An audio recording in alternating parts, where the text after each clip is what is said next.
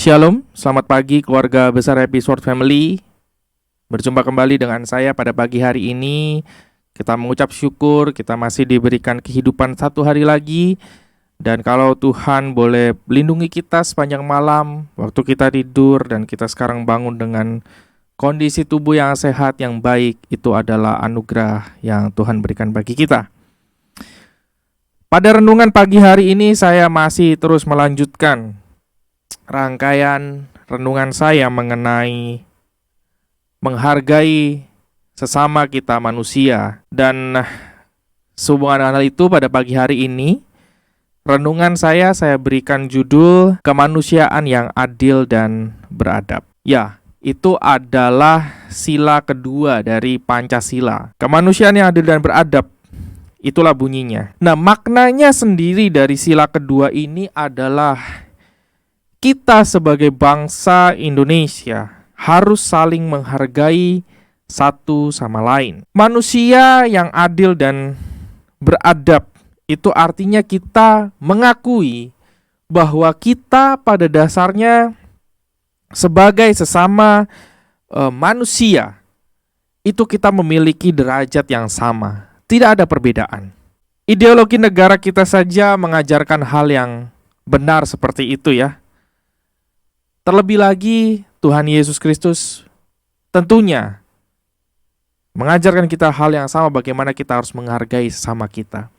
Tidak ada perbedaan antara manusia satu dengan yang lainnya.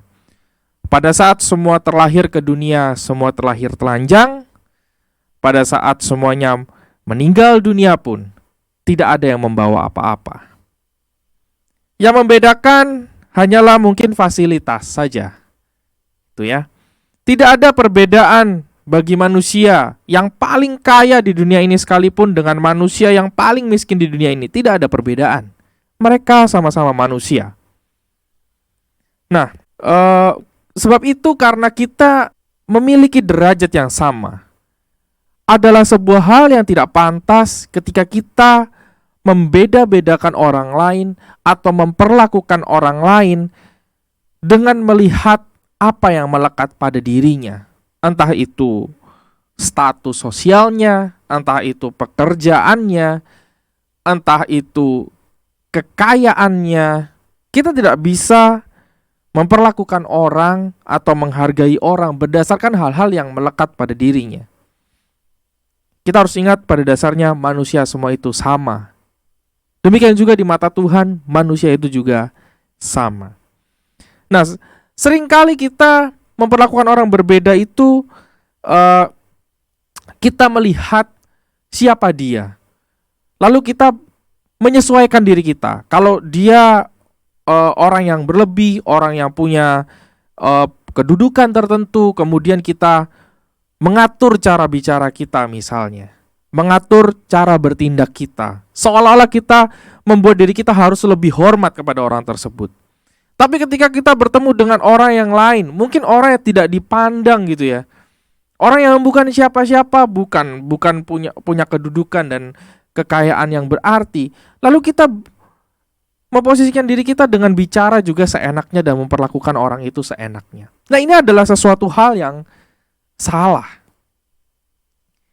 Dan boleh dikatakan bahwa hal itu sebenarnya adalah dalam tanda kutip itu satu bentuk perundungan atau bullying gitu ya. Nah, ya karena itu tadi kita melihat siapa dia dan kita menyesuaikan dan bagaimana kita bereaksi terhadap orang tersebut. Perundungan atau bullying ini gitu ya. Itu artinya sendiri adalah perilaku agresif dengan bentuk kekerasan spesifik yang bertujuan untuk menyakiti atau mengganggu, terjadi berulang atau potensial terulang. Kekuatan antara korban dan pelaku tidak seimbang. Nah, jadi perundungan ini itu memang sudah ada niatnya. Ya. Ada niatannya dulu baru dilakukan. Dan ingat, kalimat terakhirnya dari arti perundungan yang saya ambil di sini adalah kekuatan antara korban dan pelaku tidak seimbang. Nah, karena apa? kita mungkin merasa bahwa diri kita lebih daripada si orang ini. Kemudian kita secara niatan hati kita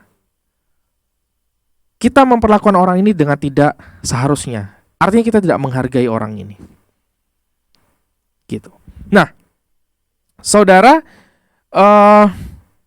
hendaknya dalam hidup kita, dalam bertutur kata, dalam berperilaku kepada siapapun,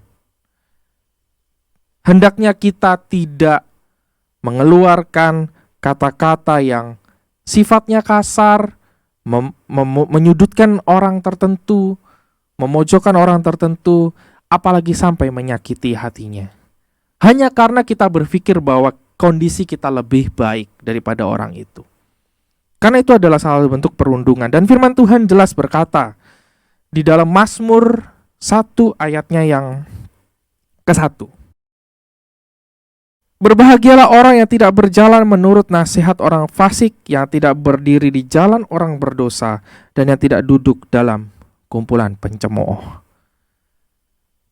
Dan satu lagi ayat yang mau saya kutip di dalam Matius, di dalam Injil Matius pasalnya yang ke-12 ayatnya yang ke-36.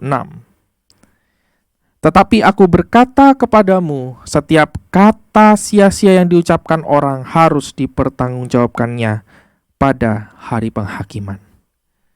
Percayalah saudara, kata-kata yang niatannya untuk menyakiti orang lain, itu pasti perkataan yang sia-sia. Dan firman Tuhan mengingatkan kita, itu adalah bagian kita untuk kita pertanggungjawabkan. Jadilah manusia yang beradab sesuai dengan ideologi negara kita, bangsa Indonesia.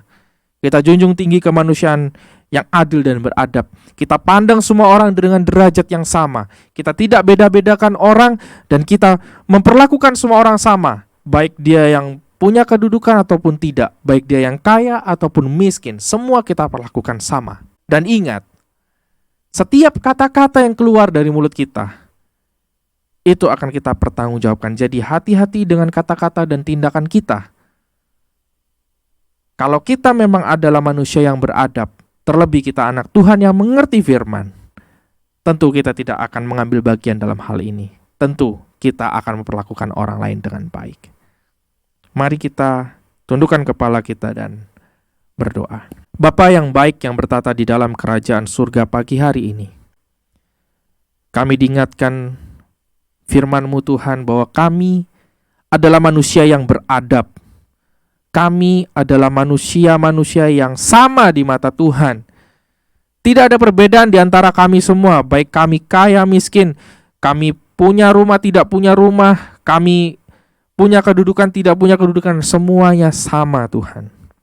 Ajar kami Tuhan untuk kami bisa menghargai orang lain, siapapun mereka. Dan jadikanlah kami Tuhan senantiasa berkat. Ingatkan kami supaya apa yang keluar dari mulut kami adalah perkataan berkat yang memberkati banyak orang, bukan menyakiti banyak orang. Dan ingatkan kami bahwa setiap kata-kata kami akan kami pertanggungjawabkan pada saatnya nanti. Terima kasih Bapa untuk firman-Mu pagi hari ini. Kami percaya, kami disegarkan dan diingatkan, dan kami siap melakukan firman-Mu. Dalam nama Yesus kami berdoa. Amin. Terima kasih, selamat pagi dan Tuhan Yesus memberkati.